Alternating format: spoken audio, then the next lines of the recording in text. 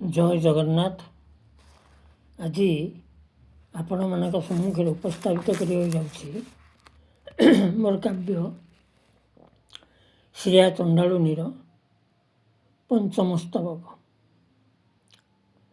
ଶ୍ରୀୟା ଚଣ୍ଡାଳୁନୀ କାବ୍ୟର ପ୍ରତିଟି ସ୍ତବକ ତାର ଜୀବନଚର୍ଯ୍ୟାକୁ ନେଇ ଲିଖିତ।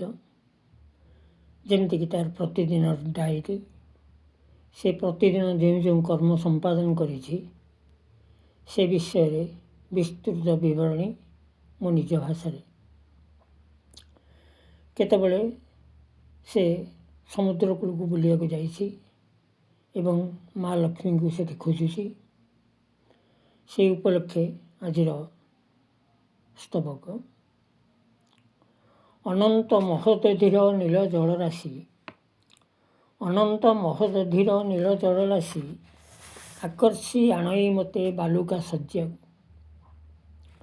ମନ ମୋର ଚାଲିଯାଏ କାହିଁ କେତେ ଦୂର, ମନ ମୋର ଚାଲିଯାଏ କାହିଁ କେତେ ଦୂର, ଢେଉ ପରେ ଢେଉ ଡେଇଁ ଆଗକୁ ଆଗକୁ।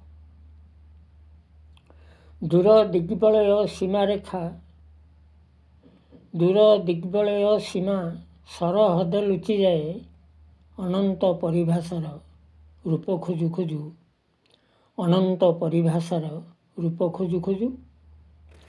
ବାହାରିଥିଲି ମୁଁ ଘରୁ, ବାହାରିଥିଲି ମୁଁ ଘରୁ, ଆଦି ଅନ୍ତ ମଧ୍ୟେ ବାନ୍ଧିବାକୁ ଅନନ୍ତଙ୍କୁ ଆତ୍ମୀୟତା ଡୋରେ।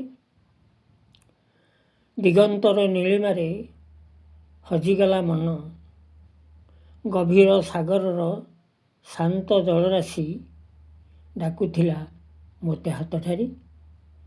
ଗଭୀର ସାଗରର ନୀଳ ଜଳରାଶି ଡାକୁଥିଲା ମୋତେ ହାତ ଠାରି। ସାଗରେ ଦୁଲଣୀ ତୁମେ, ସାଗର ଦୁଲଣୀ ତୁମେ, ଯାଇଥିବ ପିତ୍ରାଳୟ ଭାବି, ସେଦିନ ସାଗର କୂଳେ ଖୋଜୁଥିଲି ତୁମ ପାଦ ଚିହ୍ନ, ସେଦିନ ସାଗର କୂଳେ ଖୋଜୁଥିଲି ତୁମ ପାଦ ଚିହ୍ନ। ଲାଗିଲା ଯେମିତି ତୁମେ କେତେଥର ଯାଇଛ ସେ ବାଟେ, ହାତ ନିର୍ବାଚିତ ପ୍ରିୟଜନ ସାଥେ ହାତ ମୋର ଧରି। ଲାଗିଲା ଯେମିତି କେତେଥର ଯାଇଛ ସେ ବାଟେ, ନିର୍ବାଚିତ ପ୍ରିୟଜନ ସାଥେ ହାତ ମୋର ଧରି। ଧନ୍ୟବାଦ।